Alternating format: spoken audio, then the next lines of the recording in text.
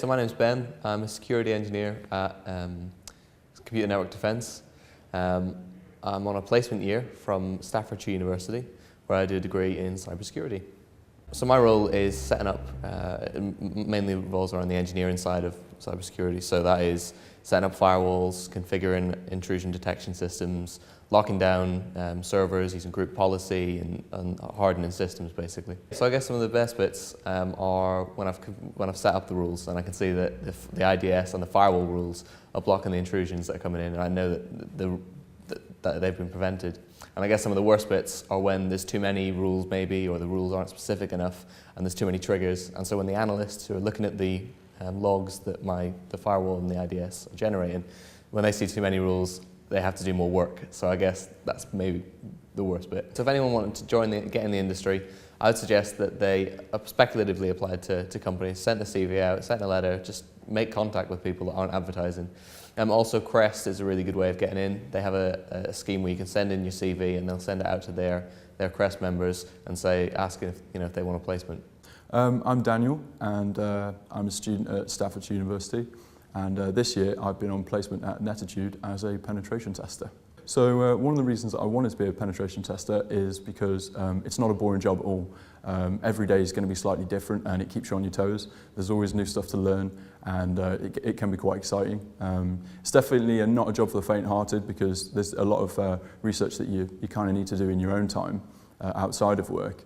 But during the 9 to 5 hours, obviously I'm testing mobile applications, websites, internal and external infrastructure, trying to poke holes and find those security vulnerabilities to the best of my ability, and then hopefully deliver a good report detailing, if there were any issues, how to remediate that, so that the client has a smile on their face at the end of the day.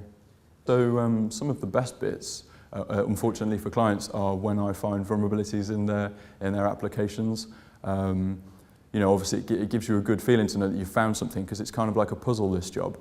And obviously one of the worst bits is you have to unfortunately relay that message to them that you've found a vulnerability and that they're going to have to do something about it if it's potentially severe. But at the end of the day, hopefully you can give them some good advice. They'll be able to fix that vulnerability, and all will be well. So I got into the industry quite obscurely. I was very lucky. Me and a friend of mine managed to do some filming at CrestCon last year. And while we were there, we were meeting with a lot of people in the industry, and one of those was Netitude.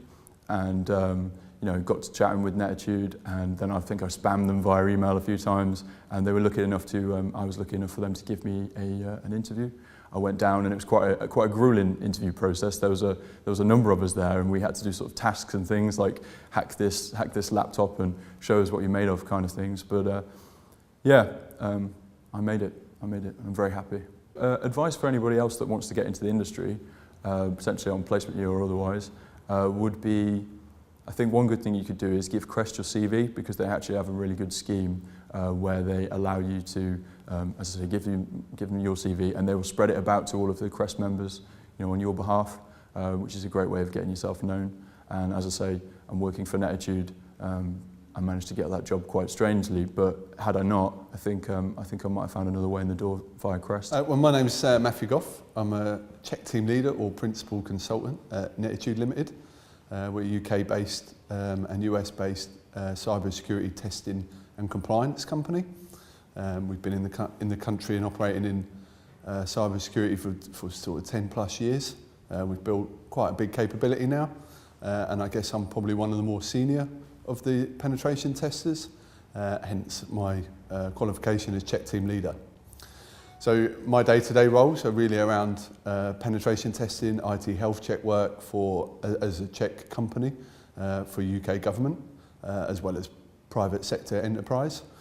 And we would go in, typically define a scope for what we want to look at, and go in and basically try and rip it apart and give them some good feedback on what we find and how to fix it, and let them take that forward and hopefully improve their security posture.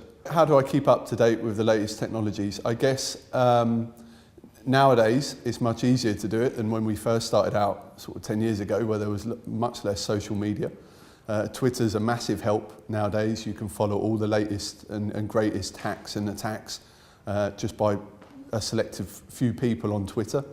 So you can follow those, and podcasts. I mean, there's so many podcasts out there now, some better than others, predominantly mostly out the US, funnily enough.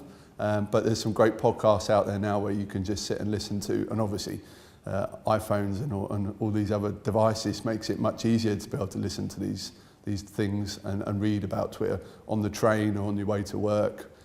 So yeah, it's much easier to keep a breadth of what's going on. And great conferences like CrestCon, B-Sides, you know, there's some great conferences in the UK now as well as obviously out in the US. So how did I manage to get into the industry? Well, I started off in server desktop support, so typical break-fix type role in a big enterprise in Bedford where I lived.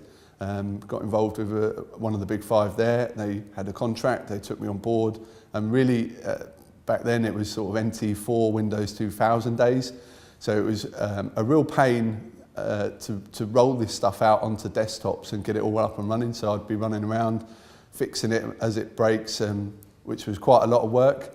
And then I moved into firewall and security side of things as firewalls took off, and more people started putting them in and thinking, actually, you know, just plugging our network into the internet is not such a great idea anymore.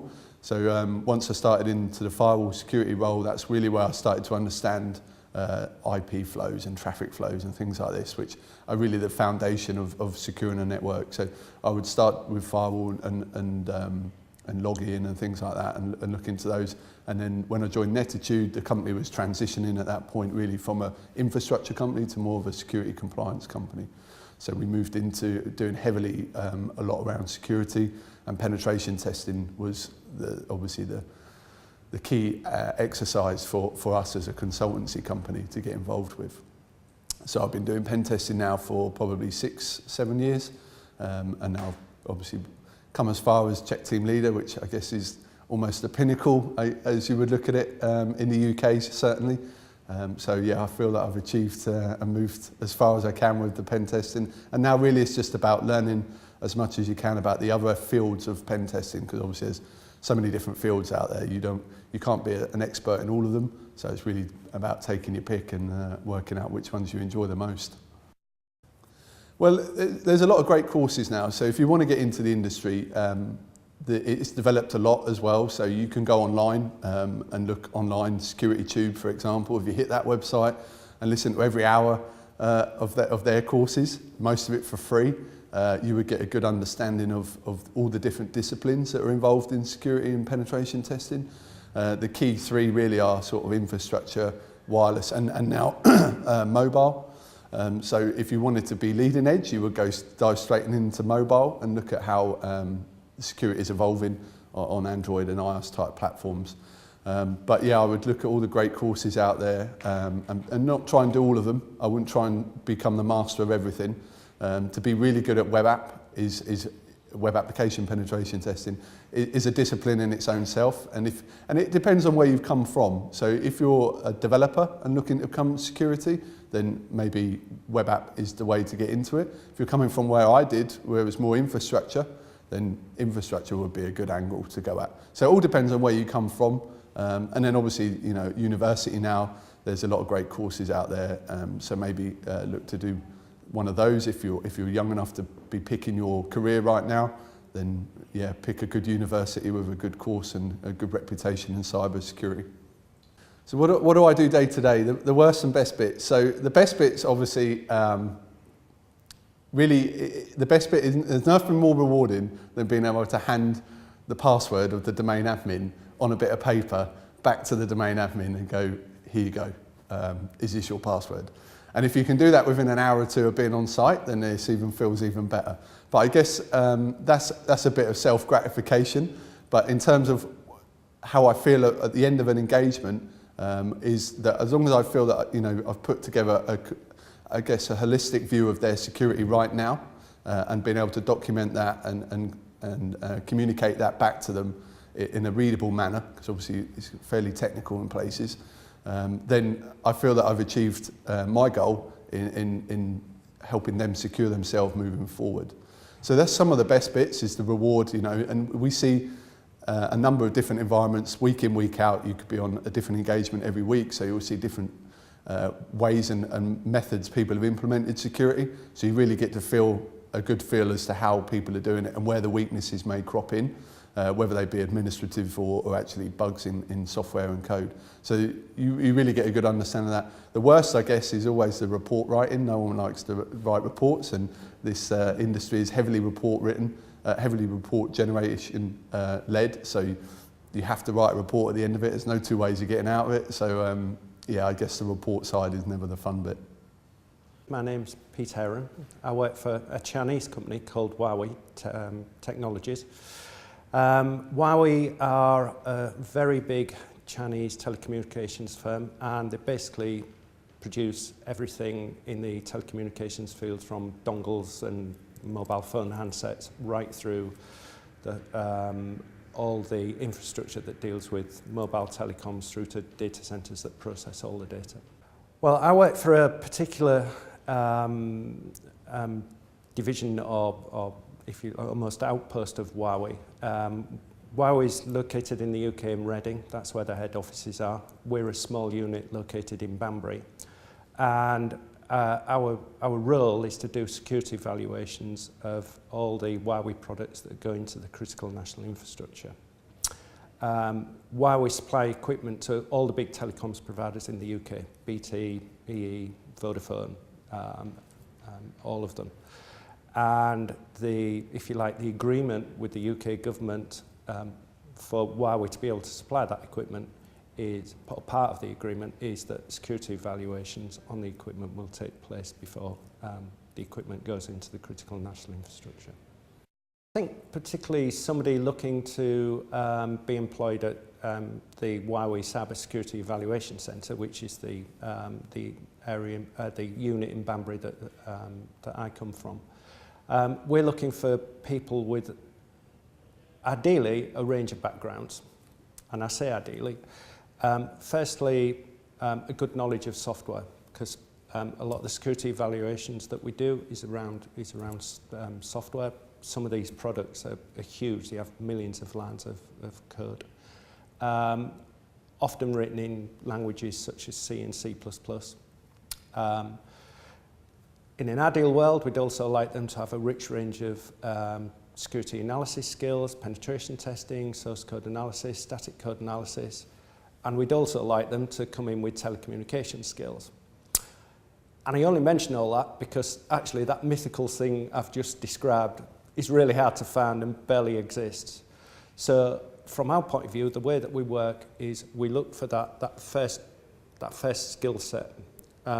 Knowledge of software development, and by inference, also knowledge of what makes bad poor programming practice.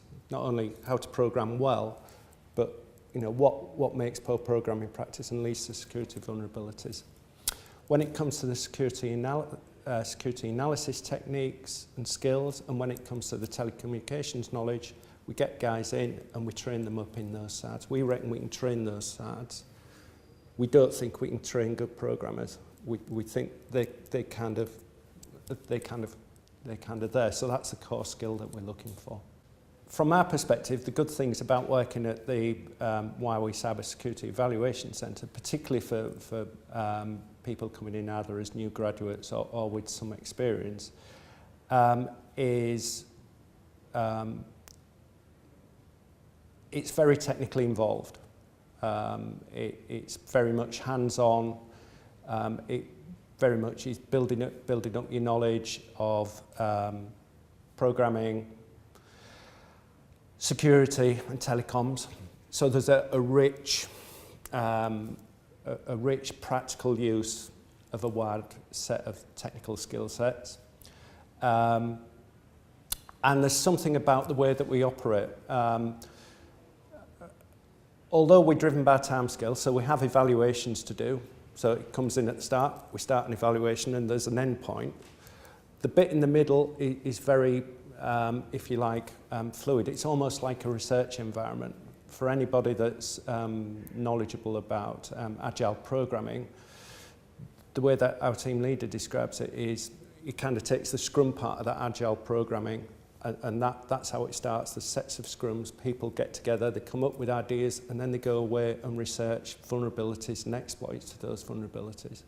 So anybody who's looking to really, or is coming in with a fairly good technical skill set, wants to really develop and employ that technical skill set in a wide range of things in an environment that's kind of a mix of research and development. That's what CSEC's like. My name's Martin Law. I run a company called First Defence, which is a security company. I've been involved with Crest for many years, helped in its formation. But the main reason I'm here today is actually in the context of White Hat Rally. So we've recently launched our next annual rally. We're going over to Europe, and our purpose is to raise money to help vulnerable children through the work of Barnardo's. Barnardo's one of the front runners working very much to help protect vulnerable children, and the particular area we're interested in is the online and technology aspects, so people being online groomed, abuse through the internet, text messaging and so on. And they're doing a huge amount in this space to help the kids that are being impacted. So through the rally each year, we raise a fantastic amount of money with the help of the industry. We all benefit from the advances in technology, so this is our way as an industry of giving something back. And last year we went to Devon, and as pirates and smugglers spent 3 days in fancy dress running around the southwest of England. Ultimately we raised £45,000 to help the work of Barnardo's, which was fantastic. So this year, going to Europe, looking for more teams, bigger sponsorship, and hopefully we'll be raising even more money to help with this valuable work. So if you want to join up to White Hat Rally, visit the website, whitehatrally.org. There's a huge amount of information, both for potential participants and for corporate sponsors of the event. There's a registration button on the left-hand side. Just click that, fill in a few simple details, pay the entry fee, and you're good to go. We'll automatically send you out an information pack with all the details of the discounted hotels, the ferry crossings with negotiated rates, cheap bed and breakfast and so on. So there's plenty of time. We're not going till September, but the earlier you register and the earlier you book, the cheaper it will be. Because obviously the other hotel and ferries are subject to price changes as we get close to the event. My name is Ian Kirkham. I'm a Chief Security Officer for Atos in the United Kingdom and Ireland. Typical day is very difficult for a Chief Security Officer because you're dealing with so many different things. Some days you'll be dealing with the business, you'll be dealing with issues which are being felt by different parts of the business. Other days you will be in the depth of an incident, trying to assist with solving the incident, trying to make sure that the incident resolution is being staffed by the appropriate staff, all from a security perspective.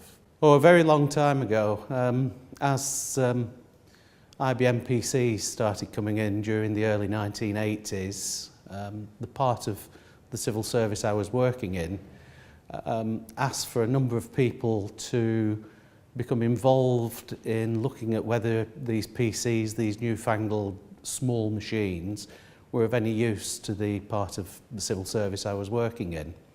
So I spent 5 years making these assessments, getting the different machines into different areas, testing them and everything. And at the end of that, my employer at the time came back to me and said, "That's absolutely fantastic. You've convinced us that there is a place for these things. We're now going to get the experts in and you can go back to your day job." So my day job changed and I joined a different part of the civil service, which in those days was known as ADP. And I became a systems analyst in that area. First job I worked on happened to have a lot of security involved in it. Defence of the nation, these sort of daft things that we all talk about nowadays. But that's how I first got involved in security. Knew nothing about it, but that's how I got there. This will sound awful. The best bits are when we unfortunately have a security incident, because that means that I get to work very long hours. It means that I can convince my wife that I'm not going to eat tea tonight. I'm going to actually be working hard, and I'm going to be learning things, because everything that happens is very often new bits in there and new things happen. I'm going to be working with major incident management teams. I'm going to have a lot of young people, and everybody's young to me now. A lot of young people are going to be striving to do the best to solve whatever the problem is. Those are the best bits. And the easy one is the worst bits. When I have a boring day reading paperwork and doing people's appraisals and things like that. The staff management is horrible. Give me the incidents anytime. My advice to people getting into the industry, if you have an interest in security, if you have an interest in this area, keep trying.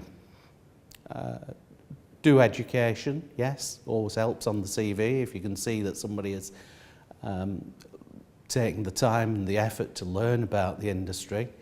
But when you're an employer and you're looking at people's CVs, it's of interest. It's not the be-all and end-all. Because I have met a lot of people who have done the education, they've gone through the courses, and when you interview them, when you actually work with them, they haven't actually understood what it is that they've learned. So certainly do the education, get it on your CV, that gets you into the interview. At the interview, show that you are interested, show that you really do want to be in this industry, that you do want to learn, that you want to get the experience. I don't mean be a sycophant to the people that are interviewing you, but just show that you have an interest. I'm Andrea Simmons from HP Enterprise Security Services, and I have the role of Chief Risk Officer and Global Head of Security Policy and Risk Governance. I am involved in the provision of security policy content for everyone to use internally for our clients. So we provide a security policy framework that is used by all the client delivery of outsourced services in the context of everything being mapped to 27001, to NIST, to COBIT, to ITIL, to HIPAA, to data protection, to privacy, you name it, there's a whole raft. So what we've been doing is actually looking at, there must be a way to not have to do every standard, every regulation, every set of industry requirements independently. So we spent a lot of time making sure that what we have is one framework that everybody can refer to, and then it is mapped. So if you're looking at the control for, they all say, train your people. Sadly, I know all the reference numbers. So the control for that says, train your people, and then it's mapped to, well, 27001 says do that, HIPAA says do that in America for healthcare. All the various industry standards say do that. So we have a standard for it, rather than having a standard that replicates each individual industry requirement. So it's been a great big consolidation exercise and getting everybody to agree that the way it's worded can be effectively audited by all external and internal audit requirements. I got into the industry by accident, not design. I was working as a personal assistant to the chief executive of a law firm. And this is when you think of how the industry has developed over time. Back in the day, about 20 years ago, when the industry of estate agency, so conveyancing, was going through the process of technology, that's a good idea, let's actually use it and speed up the process of buying houses. And so I was working for a law firm that were part of that process, and they had a relationship with a building society so that you would get your money transferred into the law firm's account to pay for your house and get your house, and the whole thing would happen quicker. The process of doing that was quite seismic when you think of how we all operate now, because you would have lawyers with assistants and typists and secretaries and a whole raft of people, and so this was the start.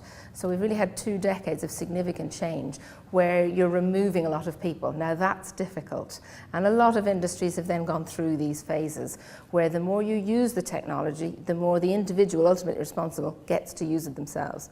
I'm sure the lawyers weren't entirely happy with ending up having to do their own typing, but that's how it ended up. So I was involved in helping that transformation, but quite literally ended up with, oh, you seem to know a bit about IT. And it just shows how the industry has changed. So from there to where we are now with our professional standards and our skills frameworks, etc., there was none of that then, which is not to say I was an untrained monkey, but it is a very dynamic industry to be in if you knew a bit about IT. I found myself on the floor cabling a load of desktops and putting the cables through the roof and setting up servers, and suddenly I'm off on a training course to do netware, and I'm a network manager because apparently we needed one in a hurry. So it's interesting how if you have the ability to understand technology, particularly there's an interesting corollary. My degree is music and philosophy, and you go, where's the link? In music, you have to understand notes, tonality, links. In philosophy, you do logic and put the two together, and the configuration of systems is a lot about logic and knowing what's right and what's wrong. So I had a bent for it, as it were. And that started me on a journey that led through all sorts of, so I could do the transformation programs, I could do change programs, people programs, which led to strategy programs, which led to security. Because the strategy programs led to Year 2000 programs, which led to business continuity and resilience, as we call it now, which led to security. Which was interesting because it was at the time of Tony Blair said all government departments and all of local government would be 27001 certified, BS 7799 as it was at the time.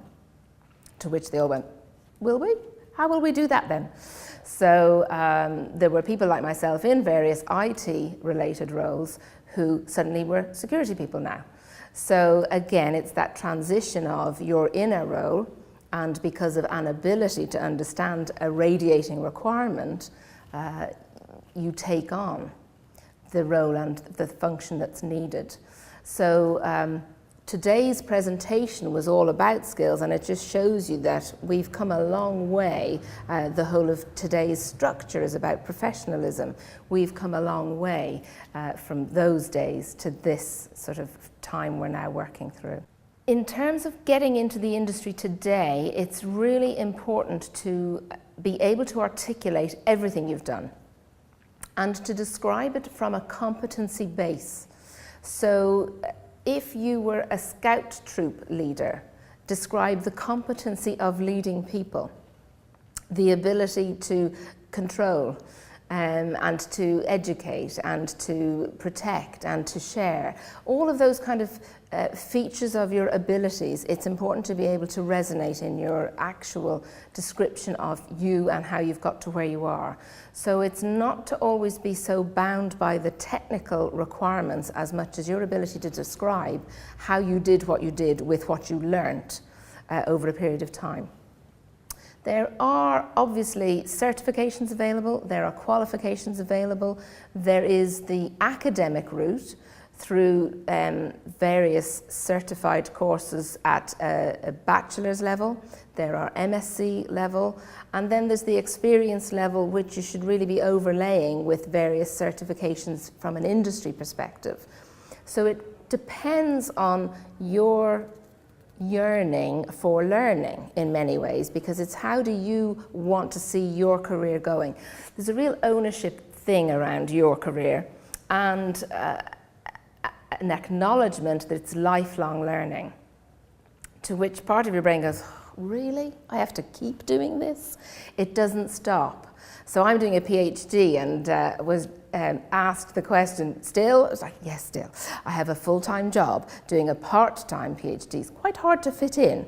So it's quite challenging to continue with your education, but actually for most of the professional membership requirements, everything's about CPD or CPE, so your continual professional development points. So remember that in everything you're doing, points mean prizes, so capture the points and make it a discipline of doing so that it's part of what you do at the end of a month, review your month. Did you read things? Some of the professional bodies are quite smart now, where if you say you've read a book, you don't get the points until you've written the 500-word précis that shows you've read and understood the book. It's not enough to say, well, I looked at the dust cover. You have to actually interact and be able to provide education back to people and say, I read this book and I got the following out of it, and I recommend you read it too for these reasons. So I think that's quite useful too. So there's a number of routes there. As I say, keeping it as a discipline for you that you do for yourself, and then maintaining it. I have a folder that's so thick and almost broken of all the things over all the years, all the articles, never pass up the opportunity to comment on something, write for something, because they're all part and parcel of evidence of you have a voice in the industry, you have a capability, share it, keep learning. Hi, my name is Tim Anderson. I'm Commercial Director for Portcullis Computer Security. My typical day is always busy. What my responsibilities are looking after the sales and marketing team inside a very busy information security boutique. What my typical day is working closely with my team, which is approximately just over 20 people. Making sure that the issues and challenges, day-to-day challenges are addressed, making sure that the customers are satisfied, and making sure that our message is portrayed in the right way. Also looking for strategic positioning, strategic advantage in the marketplace, and constantly trying to look for improvements that can be made. The good bits about my day would be the successes amongst my team, whether or not that's a win from one of the sales guys bringing on a new client, or whether or not that's a particular message getting out into the press from some of the successes that the technical people had done, and you know they're the real things that I enjoy about my day. So not necessarily the good parts, but the things that I enjoy is mentoring my team and seeing their successes, seeing them rejoice at what the hard work that they've put in. The bad points are the reverse of that. When they've put a huge amount of hard work and effort into something, especially in the commercial side, where you're not successful with a bid, you're not successful with a client win. And it's mentoring and supporting and dealing with those people. Our main client base is right across the board, from government all the way through to private sector. We don't, our customer base, I suppose, is those industries who appreciate good information security and good information security consultancy. And working with organisations who are going to help better their security posture. That's our client base. The people that I look for are very much in sales, is not your traditional salesperson. It's a sales consultant. And what I mean by that is somebody who has a consultative approach to what they're trying to position. It's somebody who understands, empathises with what the client is dealing with, and somebody who can really try and help support the client, help address the client's problems, and fundamentally is a problem solver. Those people are very difficult to find in our industry. I've turned my attention to a graduate recruitment program, both at Portcullis, where I am now, but prior to that I was Commercial Director at Context Information Security, where I also introduced a graduate recruitment program. I'm passionate about graduate recruitment. I'm passionate about giving those people a start in our career. Our career is very young. There are not enough people out there who have the capabilities to be consultative in the approach of sales. There are not the people out there who have got the ability to communicate our message in a marketing capacity. And we need to mentor those people. We need to give those people an opportunity. We need to support them as an industry. I'm extremely passionate about that. And that's where I turn a lot of my attention to. My day-to-day work is in supporting those people. The other areas where I will look to try and find people to help me will be from our industry, from the other consultancies, and that pond is very, very small, hence the reason why I'm trying to effectively grow my own.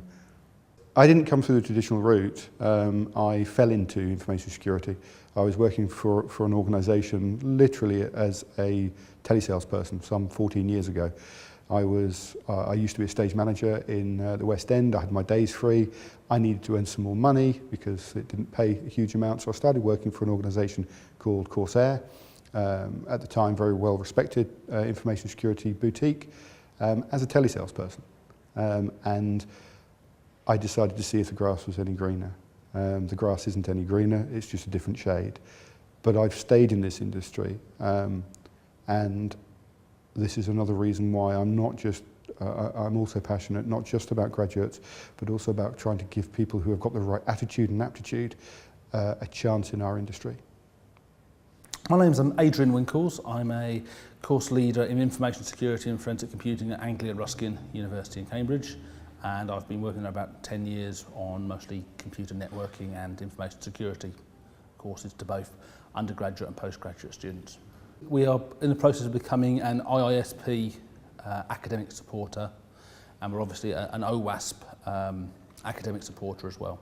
My involvement with OWASP, I'll explain what OWASP is, which is the Open Web Application Security Project, which is a not-for-profit organisation looking at the security of web applications and secure software in general.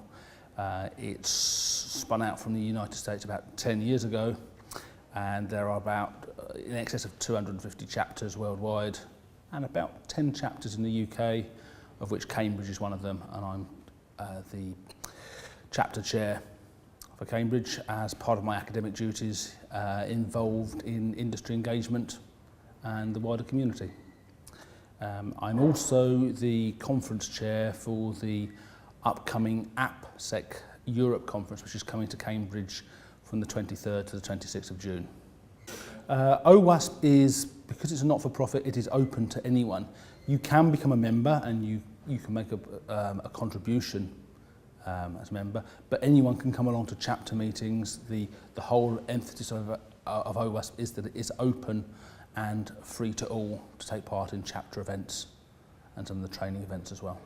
We've got our information security and forensic computing course is an undergraduate 3-year program that we've been running for, it's about 5th or 6th year now, which mixes traditional sort of information security, but also incorporates forensic computing. So looking at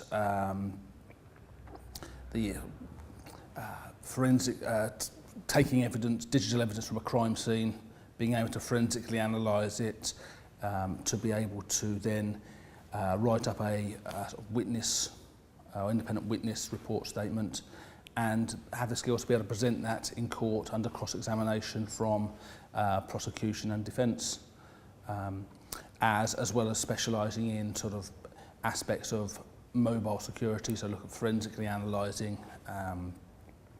mobile and tablet devices, looking at aspects of malware forensics, as well as the conventional sort of ethical hacking and countermeasures, and a strong embedding of the computer science sort of principles as well, so standard networking, coding, databases, the sort of pillars that would support any sort of computing program. My name is Neil Hare-Brown. I'm the CEO and founder of Blackthorn Technologies. We're one of the largest digital forensics companies in the UK, and perform work around a whole range of areas, digital investigations, in law enforcement, and also in corporate investigations as well. Day in the life, so really it's in helping organisations on the corporate side to respond to data breaches. That's not only from an external attack, but also lots of the insider threat as well.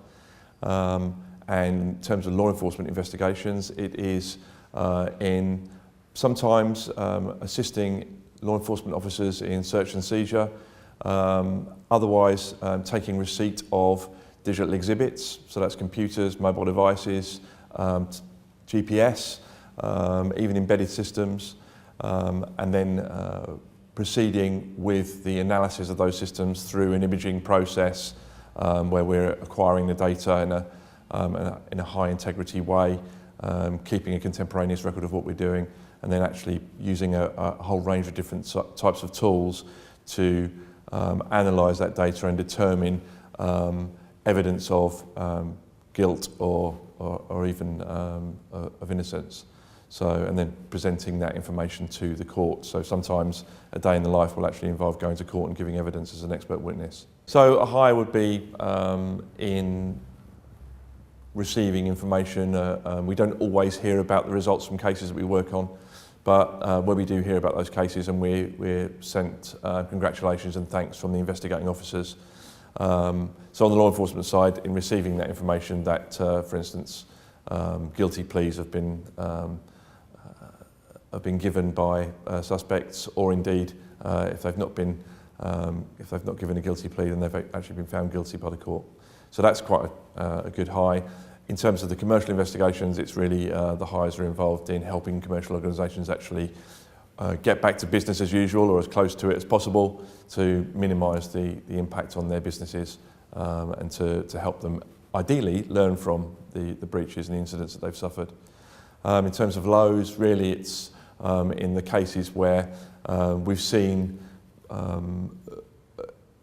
evidence presented by, not from ourselves, but by others in not a great way, and that's essentially meant that, for instance, people who we've thought there was a really good case against have gone free.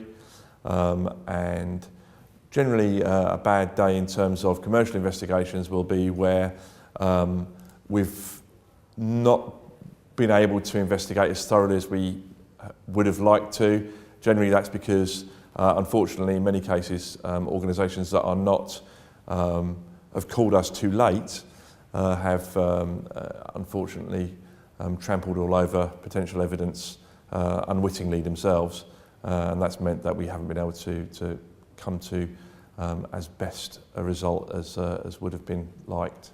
I'm probably one of the old boys of the industry. I sort of got into information security in the late 80s, and I would say that in those days it was great. You know, I say great, it's still great now, but in those days there was definitely not many people involved, and pretty much you'd go to meetings such as those today, the ISP and CrestCon, which have now got hundreds of members, and you'd be sort of in a room with where there was only sort of 3 people, and one of those was a tea lady. So certainly things have grown a lot. It's a very, very much more richer career now. There's lots of things to learn. There's many different specialisms. Previously, you know, if you were in IT security, that really was your career and generally involved a reasonably short list of things to have to skill up for and keep an eye on. Nowadays, it's split into many different areas of specialism. It's impossible to really be an information or an IT security specialist now. It's really, well, what type of specialist are you? So I'd say pick your area of specialism, determine or decide for yourself what is the most important thing to you in terms of rewards. Is it purely monetary? Is it about esteem, if you like, and is it about what you can do for society in general, as well as the organisation specifically that you work for? And then really sort of get mentored and really concentrate in that particular area. My name is Amanda Finch. I'm the General Manager of the Institute of Information Security Professionals. I've been the General Manager for 3 years. The Institute is our professional body, and it's there to raise standards of professionalism within the industry and to act as an accreditation authority for the profession.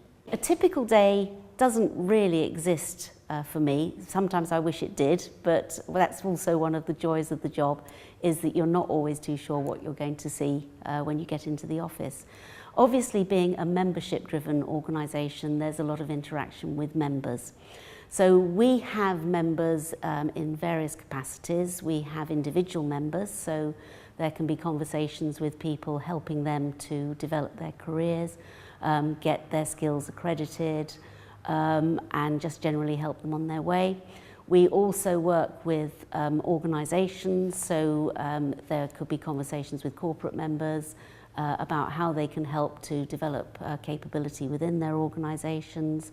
We have an academic partner programme, so I could be talking to universities and looking at ways that we can develop relationships between the universities and corporate members and individual members. We also work with training providers, so we look at accrediting training programs, so it could be working with them to see how we can accredit them across our skills framework. So it can be very, very varied. You can end up going to professional bodies meetings and look at how we can work with other organisations such as the IET or the BCS. It could be talking to government because we run the CESG Certified Professional Scheme, and we have a very large number of members who've gone through the scheme. So we could be talking to government or people going through the scheme. So it's very varied. You don't know what's going to happen. The phone rings, that's it.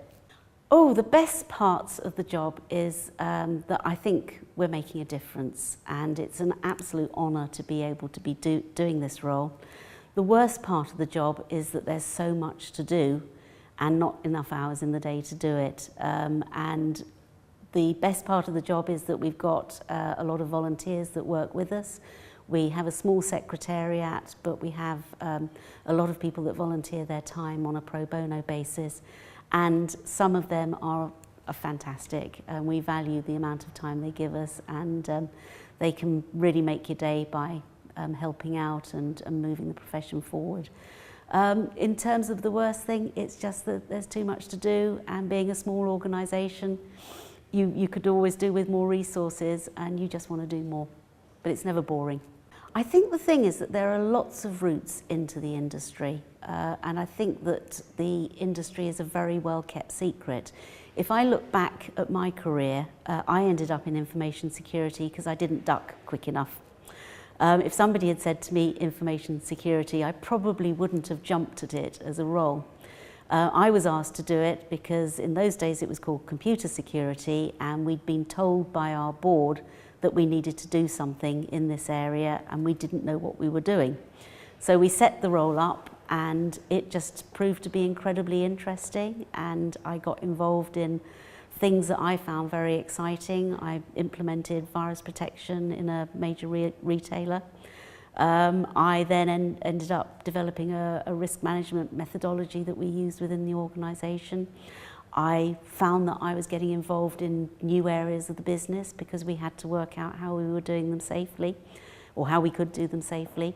And so it just kept my interest, and I never ended up looking for another job. So for me, the most interesting thing about it is the variety of the work, and the fact that you get to work out how the business is working, what the new things are that are coming down the line. So my background is not a very typical one because it's commercial, but then I was working within the IT group, and then I moved into information security.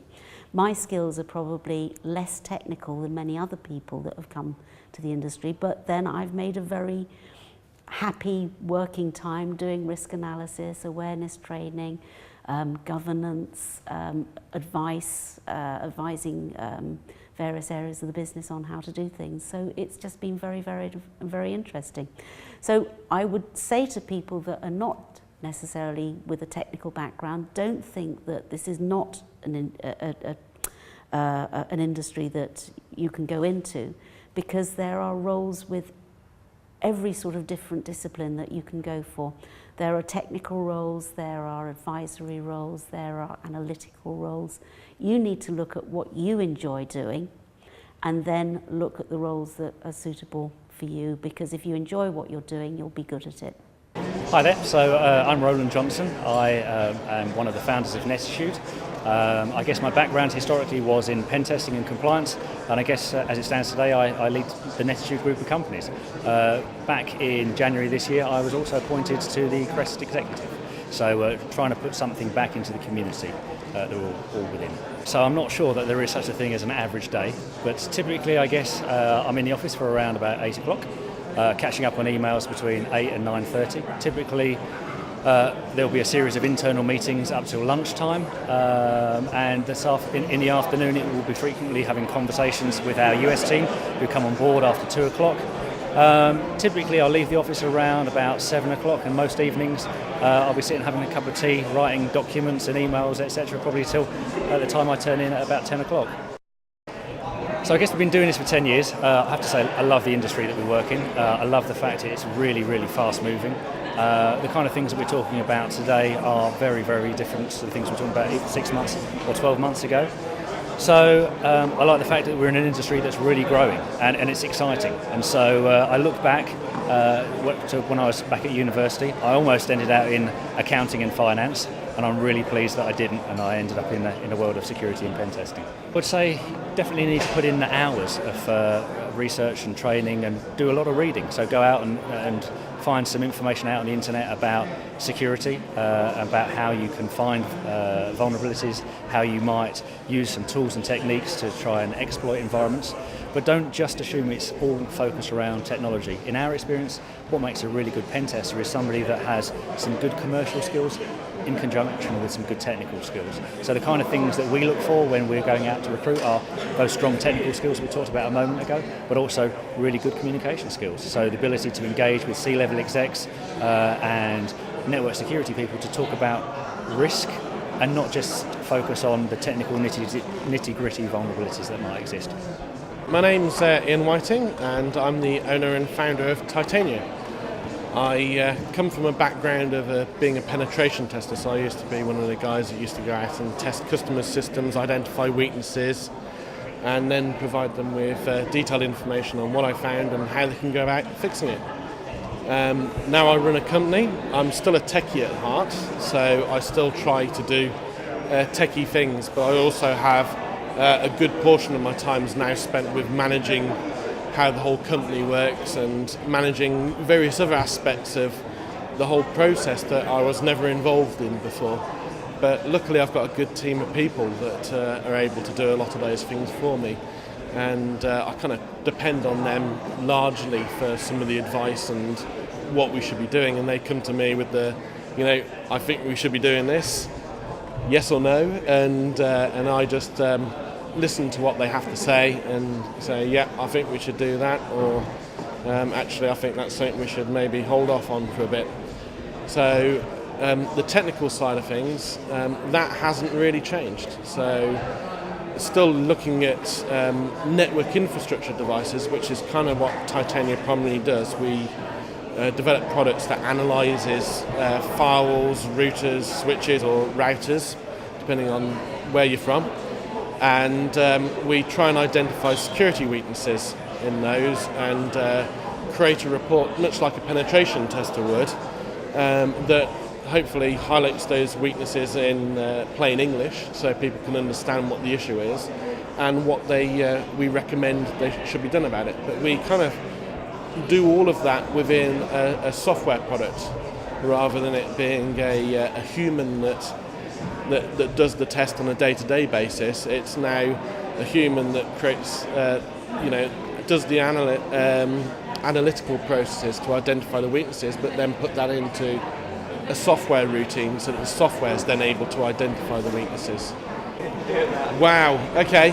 Well, I could say that it was from watching lots of Hollywood films, but it wasn't. I've always been interested in how things work. I remember back from when I had my first home computer, it wasn't the games that interested me, it was the programming side and creating something to do a particular task. That was what excited me. So instead of playing the games, I used to type in the programs that used to come with the software. And when I kind of joined the real world and went out into the wide environment, I went out as a network administrator. I wasn't straight into the security industry at all. I managed networks, I answered users' queries, went and fixed printers, did all of those other kind of roles, but at the same time I continued to learn about the infrastructure and the technology that was behind that. And I suppose it was when an opening came up in a penetration testing company, and I had a look, I thought, that sounds really exciting, and maybe I can put all of this information that I now know and have learned out in the real world about how this infrastructure works and how the communication happens across the network to good use, and that's kind of what I did. So I then went from there to following through becoming a check team leader, because getting the accreditations in the industry was important when it came to doing the work. A lot of customers required a certain standard of capability with the people that were going out, and they needed the assurance that they had been certified to that standard. So check was definitely the way to go at the time. I know that that's now provided through schemes like Crest, where guys go out and perform a Crest test and then get the accreditation through that way. But at the time it was through CSG directly, so it was more taking the real world experience that you learn and then going and performing that in front of some people so they could get an understanding that you were up to a certain level, or if there was something else that you needed to learn.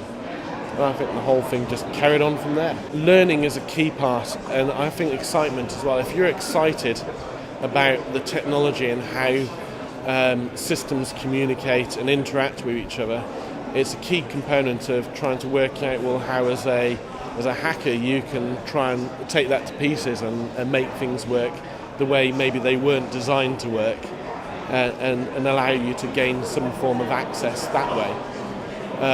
So you definitely have to be enthusiastic. You have to be a keen learner as well, because there's always more to learn, and you'll never know everything.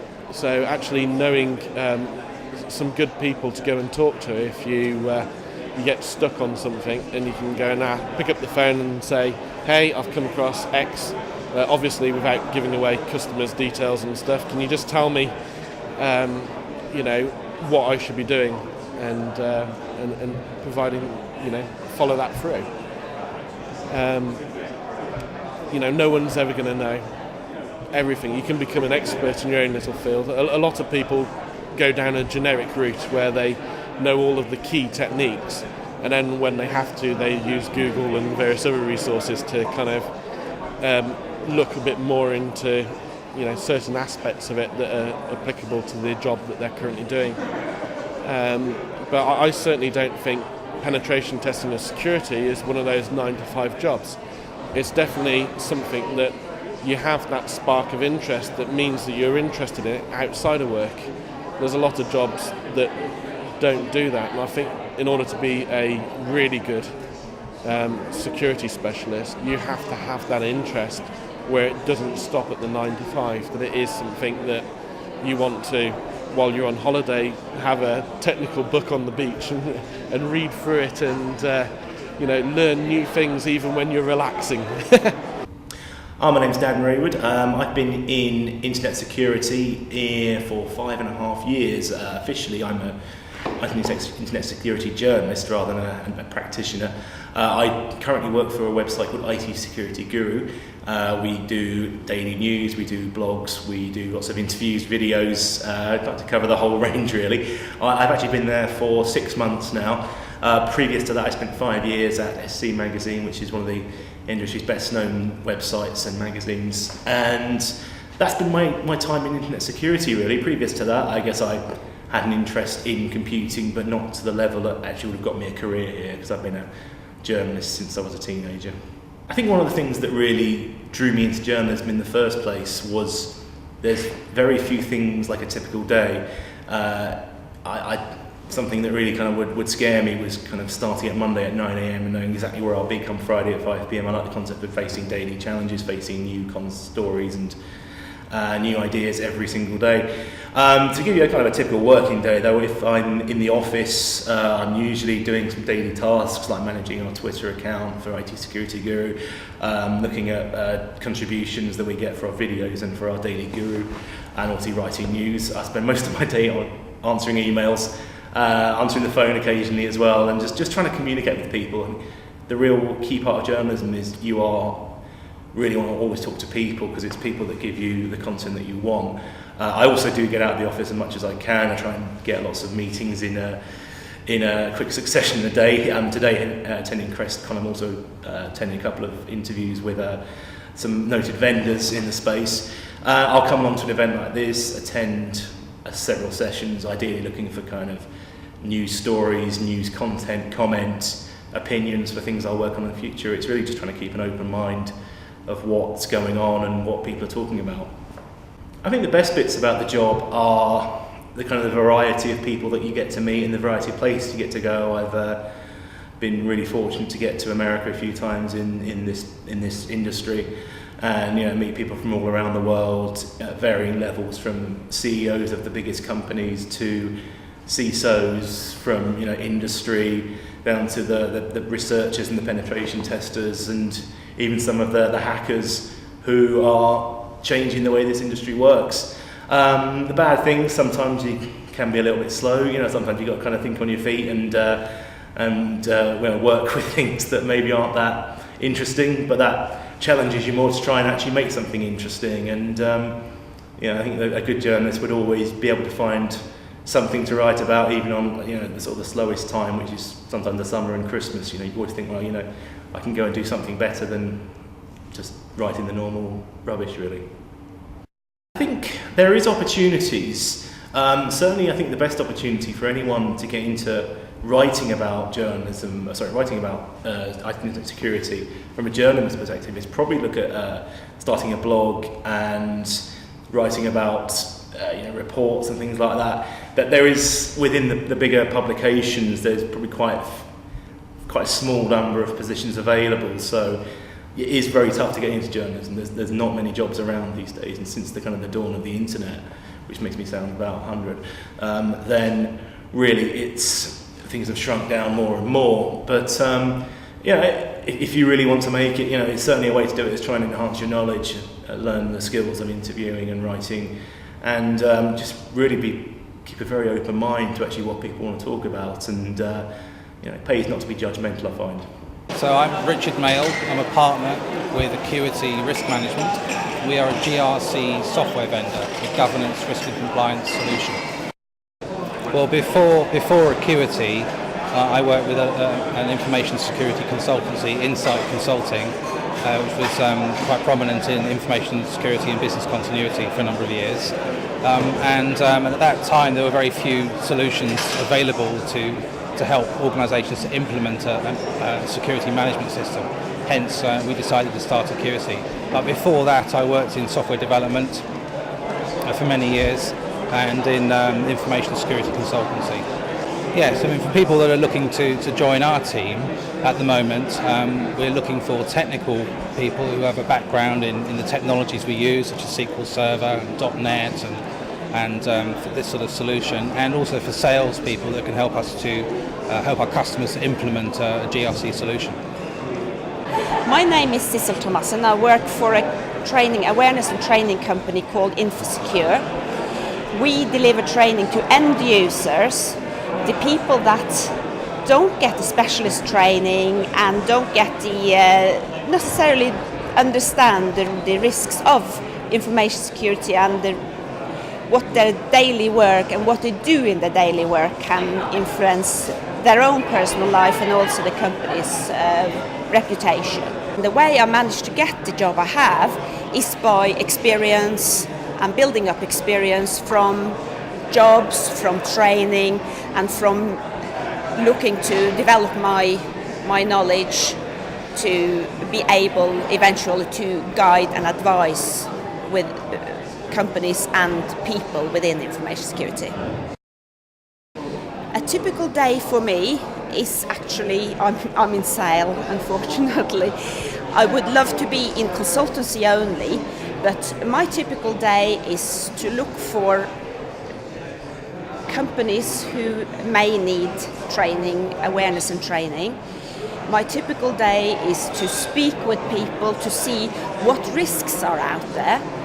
To be able to deliver consultancy, you need to know what's going on out in the real world, and that's the challenge for us who sit on the other, who's the people who's going to try to advise you. We also need to know exactly what's going on and what problems you are struggling with, day-to-day problems and upcoming risks and challenges for you. As a young person, you have a lot of opportunities, and information security is an upcoming area. It's just growing and growing and growing. And if you are interested in security, information security, have a look at it, because there are ways for you to take education, formal education, but also to work your way up in a company. If you just spend a little bit extra time on looking at what's happening around, you see information security incidents in the news all the time. Try to, if you already are in a job, just try to move into that area and you will eventually get there. If you are looking for education, go and find which universities will provide you with this type of expertise. And they are the ones that the industry is going to also to recruit, because there is a big gap in the demand and the supply of this type of people. So my name's Tim Varkalis and I work for PwC, PricewaterhouseCoopers, and I'm one of the UK penetration testing team. So my job entails primarily, obviously, conducting penetration tests against clients' networks, computer systems, web applications, mobile applications, other bespoke kit, SCADA, industrial control systems, anything that comes our way. We also have to engage with the clients to create scope of work to make sure that we get an accurate representation that's pretty cost effective, because we don't want tests spiraling out of control and not giving them the assurance they want. At the same time, on the other end, we need to help manage people's understanding of the risk that we find and how it impacts them, and further then how to manage their remediation strategy. That's my role within the wider cyber team we have here. I got into the industry via another company actually, so I've only recently joined PwC in the last 6 months, but I've got 5 years in industry. Using my expertise, essentially, they hired me for my expertise to help produce quality testing and help train new people and help new people to understand what they can do to help their clients. I'd say the best part of being a penetration tester has to be doing original engagements. So when you find something new and interesting and exciting, or you get to put together a series of relatively minor looking vulnerabilities which have major outcomes, you manage to subvert someone's logic where they believe they've protected against something and actually you can prove that you've managed to bypass their controls. That kind of stuff's really rewarding. That's sort of my favourite bit. That plus the learning. It's a constant learning. If you don't like constantly learning, it's the wrong industry. So that's got to be the best part. The worst part, I suppose, it's difficult to say because it really depends on the engagement. But on average, it would be, I'd say it depends too much on the engagement. Some engagements are really hard. Sometimes you really have to struggle. Sometimes clients really don't understand the risks, and there can be a lot of frustration when you've done a lot of good work and you know exactly what they need to do to fix things and to be in a much better position, but they have a hard time understanding where to go, and then you need to put in a lot of effort helping them rather than discovering further vulnerabilities and risks. Some much more mature clients can very easily absorb the information you're telling them, which means the time they can afford means you can do a lot more interesting study of their risks and how the risks propagate through the network and what they can do to address it. I would say you need to, in order to get into the industry, you need to demonstrate some kind of talent and you need to demonstrate some kind of passion. If you don't have those two things, it's very, very difficult for somebody to put the faith in you that it's worth the investment to get you up to scratch, which means everybody I know who's been successful in this industry has had enough of a passion that they study in their own time. and they prove they've studied. They read blogs, they read information sources, they'll go and find things on the internet, they'll watch videos, they'll build their own virtual networks, and they will try and do things with them. Whether they're interested in penetration testing, then they're going to go and do that. If they're interested in malware and how it behaves, they will download malware samples, they'll run them and they'll analyze them. If they're interested in remediation strategies, a little harder to be hands-on, but you can read an awful lot of case studies, an awful lot of books, and really get your head around it. Talk to people, come to conferences. You don't have to be part of a company to come to many of these conferences. Go network, talk to people, and you'll soon enough discover where your gaps are and what will make you attractive to somebody hiring.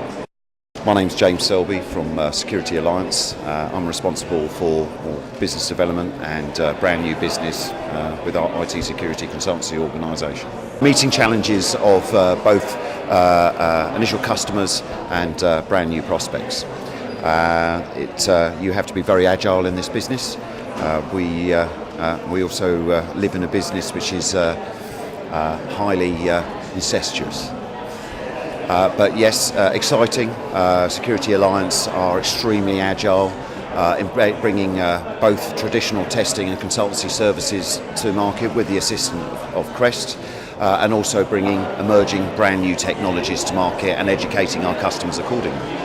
The best bits as a salesman is always getting an order, satisfying a customer, and having repeat business. The worst bits is always time. There's never enough time. Our industry and our customers are under constant pressure to deliver on time, and it's always a challenge to project manage that through. But we do well. Well, a long time ago, and I hope it doesn't show, but I guess best part of 20 years, really at a very early stage when security used to be sort of RAC-F, or mainframe security. But I started my career in selling antivirus software and access control systems into traditional PCs like PS2 2030s. So a long time ago. Since then, I've progressed, kept up to speed with the emerging technologies, and always excited about new techniques, new testing techniques as well. Taking our customers as Security Alliance from a reactive position to a proactive position in the way that they deal with their data and their risks surrounding it. Really, we're living in a world now of internet, cyber. If you're not into it, it will come and chase you, if you like. It's something that we have to deal with on an hour-by-hour basis, not a day-by-day basis. And I would fully endorse, whether it's a sales, which is what I do, or at a technical level, marketing, supporting. There are so many different positions around it. And there's things today with Crest, from a sales perspective, it's always been important to almost assure quality and integrity when you're talking to your new customers and your prospects, and Crest delivers that for us. My name is Thomas Bartlett. I'm employed by Hewlett Packard, and my position at the company is penetration testing. My name's Ben Jameson. Just like Tom, I work for Hewlett Packard. Started as a TVM graduate in November. Penetration testing as well. At the moment, there's a lot of training because we're both from. Well, I'm from a forensic background, so is Tom. Yeah. So we came in not with a huge knowledge of penetration testing. So there's a lot of training involved, but we're also currently working on a white paper as well to do with iOS testing for mobile apps as well. It's been better than what I've expected it to be. I was very interested in the position first off, but like Ben said, we're both learning at the company at the moment, and every day is a school day, so we're learning new things and techniques for penetration testing. Like Ben previously said, we're looking at the iOS application, so we're learning things that we haven't learned before at university and possibly in your own time. Well, my interest was first piqued. The film Hackers, as sort of cliche as that may sound, it really sort of opened my eyes to what you can really do with a computer. I mean, obviously it's not industry standard or anything like that, but yeah. I ended up going to forensics mainly due to the course that I went on offered an ethical hacking module, but then they phased that out before I started my final year. And then when I heard about this opportunity with HP, I went for it. I had when I was studying for my A-levels in IT, I took an interest in cybersecurity, and I also studied computer forensics at the University of Glamorgan, and during my final year I took system security and administration as an optional module, and that also involved a lot of penetration testing or system testing, which also relates to cybersecurity. And once I graduated, there was a lot more work and opportunities for the field of penetration testing, which led to being employed by Hewlett-Packard. Definitely get as much experience with as many operating systems as you can. If you can sort of improve your terminal skills, that's definitely a big help. Don't be so reliant on a GUI like I definitely was before I started. I mean, anything not to do with a graphical user interface, I was just like, don't know what I'm doing here. But yeah, I mean, there's also a few of the tools publicly available on the internet. A couple of them they may like to know about could be Nmap or MySQL, which would give them more of an advantage if they're looking for this field of work, if they have more experience or knowledge of these software tools. Yeah, I definitely recommend it if you got a great interest in the field of computer security. Oh yeah, definitely. Yeah, I mean, a job where you get paid to break things, how can you possibly complain?